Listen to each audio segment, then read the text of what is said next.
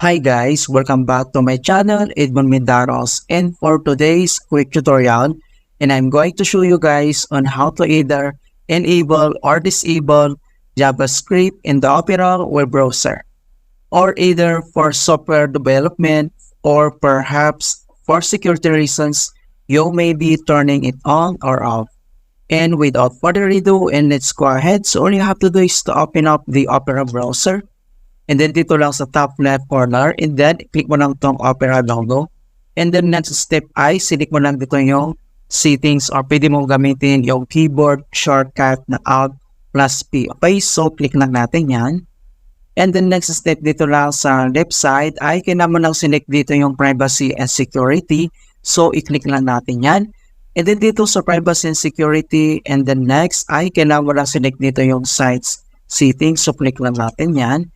And then dito sa site settings ay select lang natin dito yung content. Okay, ito siya. So ang next step, makikita mo kaagad dito yung JavaScript.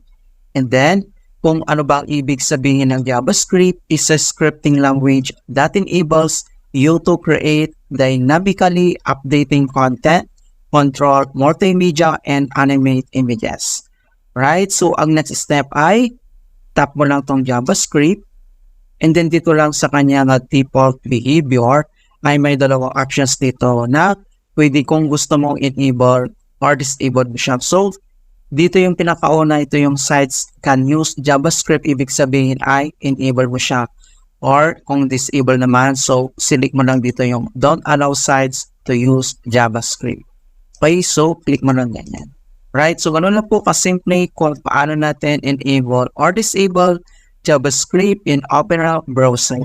And please don't forget to like this video and subscribe to my channel for more quality content. Thank you guys and see you in my next tutorial.